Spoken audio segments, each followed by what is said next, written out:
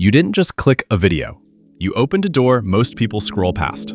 This is LurmoStories, where screenshots, deleted posts, and throwaway accounts turn into evidence. Stay to the end and you'll understand why some people never type at night again.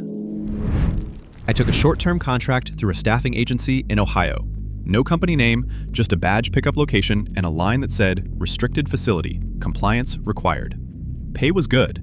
Job title was Materials Verification. Sounded boring enough to be safe. First day, they took my phone. Standard NDA, metal locker, wrist badge with a number instead of my name. Mine was 47. Everyone else had numbers too. Nobody commented on it. The building was old concrete, windowless, smelled like coolant and dust. Fluorescent lights that hummed just a little too loud. My supervisor was a woman in her late 50s. Calm voice, didn't smile. She handed me a laminated instruction sheet, not a manual, one page. Confirm seal integrity. Log discrepancies. Do not interrupt the process. Follow physical cues. Report completion. That was it.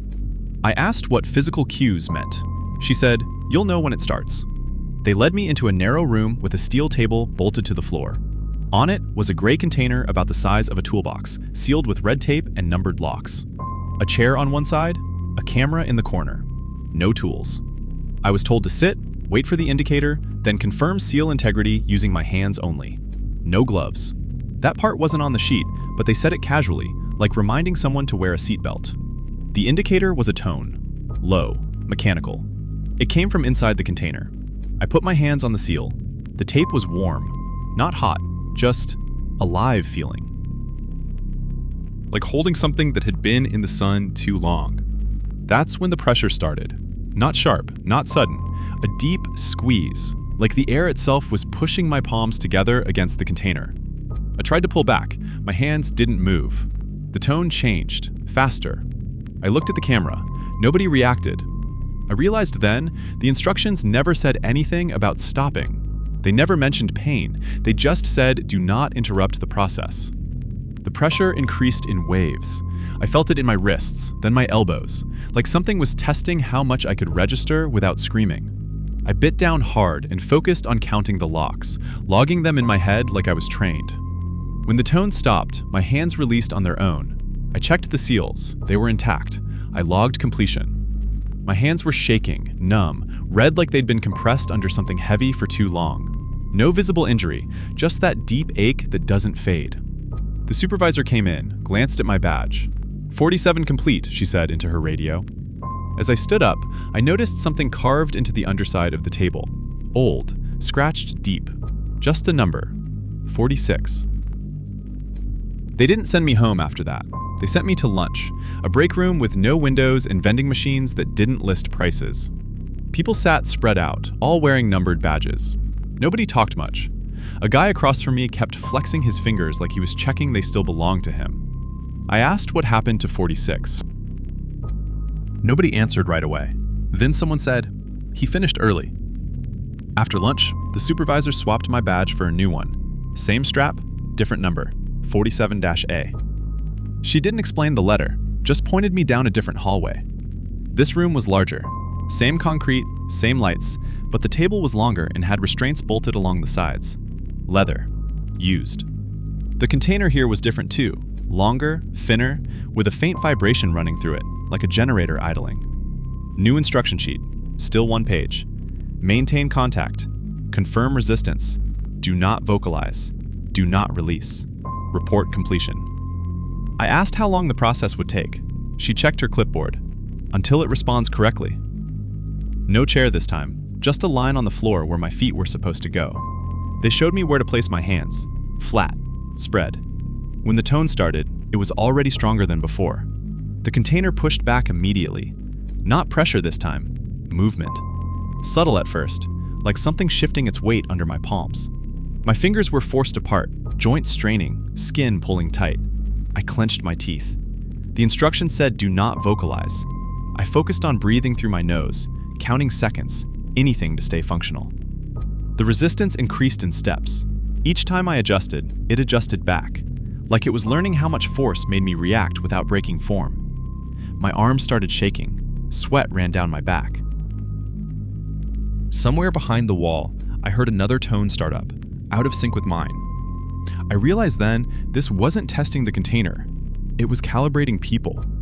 When my grip slipped for half a second, something snapped inside the box. Not loud, more like a wet click. The vibration stopped. The room went quiet. I waited for someone to tell me to step back. Nobody did. Blood was running from under my fingernails. Not dripping, just there, like it had always been part of the surface. The supervisor finally entered, looked at the container, then at my hands. "Log resistance confirmed," she said. I asked if that was enough. She looked past me, at the badge. Enough for this configuration. As I left, I saw a door at the end of the hall I hadn't noticed before. Painted over numbers bled through the gray. 46, 45, 44. All crossed out. Mine wasn't there yet. They didn't give me a new badge for the third room. They just removed the letter. Back to 47. The supervisor walked me herself this time. No clipboard, no radio. We passed areas I hadn't seen before. Rooms with observation glass. Rooms with drains in the floor. Rooms where the lights were off, but the equipment was still humming. She stopped at a door with no markings. Inside, there was no table, just a frame bolted to the floor and ceiling. 2 vertical rails, adjustable clamps at shoulder height. A platform to stand on. The container was already mounted in front of it, split down the middle like it could open if told to. The instruction sheet was taped directly to the wall. Enter frame. Maintain alignment. Accept correction. Do not withdraw. Report completion. I asked what correction meant. She answered honestly this time. It means you're close. They locked my wrists into the clamps. Not tight, just enough that stepping back wasn't an option. The container opened a few inches. Inside was darkness and that same low tone. Slower now, almost patient. The process started without a signal. The force didn't come from the box. It came from everywhere else. Pressure on my shoulders, hips, knees. Small adjustments at first, nudging my posture. Then sharper movements, twisting me degrees at a time. Not enough to break anything, enough to hurt. Enough to make resistance pointless. I understood then why pain wasn't mentioned. It wasn't a side effect, it was the feedback. Each time my alignment drifted, the correction got worse. When I complied, it eased. The system wasn't punishing me, it was tuning me. I tried to focus on breathing, on staying still, on not thinking about the sounds my joints were making. The tone changed when I found the right position. Softer, almost approving. The container opened fully. Nothing came out. The tone stopped. The clamps released. I stood there, shaking, waiting for the next instruction. For the supervisor, for anyone. She finally spoke from behind me. Report completion. I asked what happens now. She looked tired for the first time. Now you're compatible. I was escorted back to the locker room. My phone was returned. My badge was dropped into a bin with dozens of others, all numbered. No letters, no names. As I left, I saw a new sheet being laminated at the front desk. Fresh ink, clean corners. At the top was a single line. Procedure 48, Initial Human Interface. I don't know what they're building in that facility. I don't know if it's finished, but my hands still ache when certain machines hum. And sometimes, without meaning to, I stand a little straighter when I hear that tone in my head. Like something is checking if I still fit. It started as a compliance session. That's what the email said. No company name, just a time and a place. A rented conference room off a highway in the Midwest, the kind attached to a hotel that smells like coffee burned hours ago. About 20 of us showed up, normal people. A few nervous jokes, phones buzzing, coats draped over chairs. There was a clock on the wall. Cheap plastic, black numbers, red secondhand ticking loud enough to notice once the room went quiet. A man in a gray sweater closed the door and said, "Thanks for being on time." Nothing else, no introductions. He sat down with us instead of standing at the front. That felt deliberate. He asked simple questions, where we were from, whether we'd driven far, if anyone needed water. The answers overlapped, casual, harmless. The clock kept ticking. Then he said, "At some point tonight, you may feel the urge to check the time. That's normal." A few people laughed. Someone said, "Okay." He continued, "When it happens, don't comment on it, just note it." That was the first moment I looked at the clock, 7:42 p.m. The questions shifted, Not personal, just specific. Did we hear the air conditioner? Did the room feel warmer than when we arrived? Was the carpet pattern symmetrical?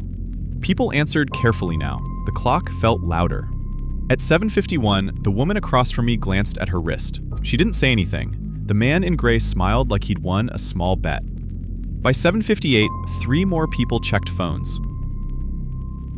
One guy laughed nervously and put his face down on the table like it was a joke he didn't want to finish. No one had told us not to use our phones. Still, nobody scrolled. They just checked the time. Every time, the man nodded and wrote nothing on the pad in front of him. At 8 p.m., the clock stopped. Not slowed, not drifted. The second hand froze between numbers. Someone said, "Hey," just that. The air conditioner shut off. The room felt sealed, like a lid pressed down. The man in gray looked up for the first time since sitting. "From now on," he said, "please check the clock when you feel you should." I didn't want to. That was the problem. The urge came anyway, sharp and physical, like an itch behind the eyes. Everyone felt it. Chairs creaked as heads turned in near unison. The clock still read 8. A woman near the door whispered, "Mine says 8:17. Nobody answered her. The man wrote something down. The room changed after that. Not visibly. The walls didn't move, the lights didn't flicker, but the space felt wrong, like the dimensions had been argued over and never settled. People kept checking the time. It wasn't synchronized. That was the worst part. One guy muttered 8:04 under his breath. Another shook his phone and whispered, "Still 7:59. The woman near the door checked again and said nothing this time, but her hands were shaking hard enough to hear. The man in gray asked, calmly, "When you checked just now, did it feel necessary?" No one answered. He didn't push. A man 2 seats down from me stood up and walked to the wall clock. He leaned in close, squinting, like proximity might fix it. The second hand didn't move. The ticking sound was gone now, replaced by a low hum I hadn't noticed before. He reached out to tap the glass. The man in gray said, "Please don't touch shared references." The guy froze, hand an inch from the clock, then backed away without a word. He sat down wrong, half on the chair, like he missed the timing of it. That's when people started whispering to each other, comparing times quietly, trying to line them up. Nothing matched. Phones, watches, even the hotel room alarm clock someone had brought from upstairs. Every device disagreed. My phone said 8:23. I felt like I'd skipped something important to get there. The man in gray finally stood. "You're doing well," he said. "Most groups argue by now." A woman snapped, "Argue about what?" He looked at her for a long second. "About who's late." That landed wrong. A few people checked the time again immediately, like a reflex. I did too. 8:24. I was sure it had just been 8:23 a second ago. Someone near the back started breathing fast.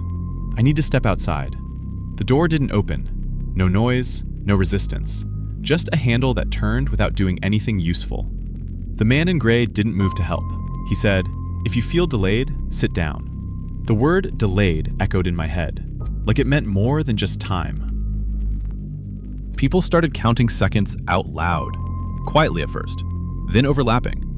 No one matched anyone else. The hum got louder. I checked my phone again. 8:41. I hadn't felt 20 minutes pass. Across the table, the woman who'd spoken earlier looked at me and said, "I think I already left." I didn't know how to respond. The man in gray wrote something down and said, "We're almost aligned." Nobody asked what that meant. Everyone checked the clock. The hum stopped all at once. The silence after it was worse. Thick, pressurized, like the room was waiting to see who would move first. The wall clock jumped. Not forward, sideways. The numbers didn't change, but the spacing between them did, stretching unevenly. The second hand twitched once, then spun hard and stopped again at 8 o'clock. Every phone in the room lit up. At the same moment, a chorus of notification sounds, all different, all wrong. No messages, no alerts, just screens waking up on their own. Mine now read 8 o'clock. Someone laughed, a short, broken sound. Okay, it's synced, we're good." The man in gray shook his head. No, it converged. A man near the door said, very quietly, "My lock screen photo changed." Others checked. So did I. Mine was a picture of the conference room. taken from the corner of the ceiling. You could see all of us, including me, looking down at my phone. The woman beside me whispered, "That's not now." The man in gray finally moved toward the door. "This is the part where timing matters," he said. "Some of you arrived early, some late. A few," he paused, "never quite arrived at all." The door opened, not to the hallway, to the same room. Rows of chairs, same clock, same people, except fewer. I could see myself in that room too, sitting straighter, calmer, unaware. A man screamed and ran through the doorway. He vanished halfway through, like the space rejected him. No blood, no mess, just absence where he'd been mid-step. No one else tried. The man in gray pointed at 3 people. "You're aligned." They stood without arguing, faces blank with relief, and walked through the door. It closed behind them. He pointed at 2 more. "You're early." They begged. One offered money, one offered silence. It didn't help. The door opened again. They went through crying. Then he looked at the rest of us. "You're late," he said. The clock started ticking again, loud. My phone buzzed. The time jumped to 8:59. The door opened one last time. This time, it led to a dark stairwell going down. The man in gray sat back down. Session complete. The lights went out. I woke up in my car, parked outside the hotel. Engine cold, phone dead. The building behind me boarded up, like it hadn't been used in years. The clock on my dashboard read 9 p.m. It hasn't moved since. Every now and then, I feel the urge to check it. I try not to, because sometimes, for just a second, I can see other times reflected in the glass. And people still sitting there, waiting to be aligned. They said the room was smaller than it sounded. That was the first thing the woman explained, like she was apologizing in advance. Her voice came through a speaker set into the wall, calm and practiced. The kind of voice you hear in instructional videos that try too hard to sound human. "It's about the size of a walk-in closet," she said. "You'll be seated. Just breathe normally." The room used to be part of a medical building outside Phoenix. The parking lot was cracked, sun-bleached, with weeds growing through the lines. Inside, everything smelled like disinfectant and dust. No windows, no clocks, just white walls and a metal chair bolted to the floor. They took my phone, wallet, and shoes, gave me a clipboard with forms that didn't really say anything. Consent language so vague it could have meant anything or nothing. A man in scrubs guided me inside and shut the door. The lock made a soft sound, not a heavy one, like it wasn't meant to scare anyone. The chair faced a blank wall. There was a camera above eye level and a vent near the floor. Air moved through it steadily, a quiet, constant flow. Enough to notice if you paid attention, enough to forget about if you didn't. "Start whenever you're ready," the woman said. I sat there, hands on my knees, breathing like I always had. I waited for instructions, questions, something. Nothing came. Just the air and the faint electrical hum behind the walls. After a few minutes, the speaker clicked. "Good," she said. "That's perfect. Don't change anything." I wasn't trying to. Time felt strange, not fast or slow, just unmeasured. The vent's airflow brushed my ankle, cool and consistent. I became aware of every inhale, every exhale. Not in a panicked way. More like when you suddenly notice blinking and can't stop thinking about it. The woman spoke again. "You may feel the urge to adjust your breathing," she said. "That's normal. Please resist it." That sentence didn't sit right. You don't normally fight your own lungs. I tried to ignore it. Focused on the wall, on the tiny scratch shaped like a hook near the floor. The air felt the same, too steady, mechanical. Then I noticed something else. The sound of the vent wasn't matching my breath anymore. I inhaled. The airflow hesitated. I exhaled. It followed, half a second late. I held my breath without meaning to. The vent went silent. The speaker clicked on immediately. "Please breathe normally," the woman said, sharper now. "You're doing fine. Just breathe." The air came back the moment I inhaled again. Not all at once. It crept in, like something being turned back on by hand. "Thank you," the woman said. We lost calibration for a second. I asked what that meant. My voice sounded wrong in the room, flatter than it should have been. "No questions right now," she replied. "Just keep breathing the way you were." I tried to settle into it, but the awareness stuck. Every breath felt supervised. The vent no longer hummed steadily. It adjusted. soft clicks. Tiny changes in pressure that lined up a little too closely with my chest rising and falling. I tested it without thinking, took a slightly deeper breath. The airflow surged, cold and sharp against my leg. "Don't do that," the woman said instantly. My heart rate picked up. I hadn't heard anyone else in the building since they shut the door. No footsteps, no distant voices, just her and the room responding to me. "What is this?" I asked. "Some kind of lung test?" She paused, long enough that I started counting breaths again. "It's a compliance assessment," she said finally. "We're observing how the body behaves when it's not in charge of something it assumes it controls." That made my throat tighten. I became very aware of how much breathing depends on instinct, how little margin there is when you start interfering with it. The vent shifted again. The air grew thinner.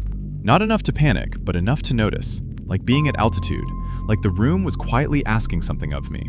"Your oxygen saturation is acceptable," she said, "but you're anticipating. Try to let go." I laughed, once. It came out strained. "I can't just forget how to breathe." "You can," she said. "Most people do. That's the problem." The chair vibrated faintly, almost like a phone on silent. My chest felt tight, not from lack of air, but from the effort of not changing how I breathed. Every inhale felt deliberate now, which only made it worse. The camera above me adjusted, lens whirring softly. "We're going to introduce a variable," the woman said. "This is still safe." The airflow stuttered. In, out, in. The vent skipped an exhale. I sucked in air reflexively. The room punished it immediately, blasting cold air that burned my throat and made me cough. "Please," she said, irritation creeping in. "You're interfering with the system." "I can't help it," I said. "You're controlling the air." "Yes," she replied. "That's the point." The door didn't have a handle on my side. I noticed that then. Just a smooth metal surface. The air thinned again. "Breathe normally," she said, slower now, "or we'll have to correct for you." My chest started doing things I wasn't deciding anymore. Short breaths, shallow ones, then a long pull that felt wrong the moment it started. The vent cut the air mid-inhale. Not all of it, just enough. I felt it instantly, a hollow pressure behind my sternum, the kind that makes your body try to override your thoughts. My hands clenched on the chair as my lungs demanded more than the room was giving.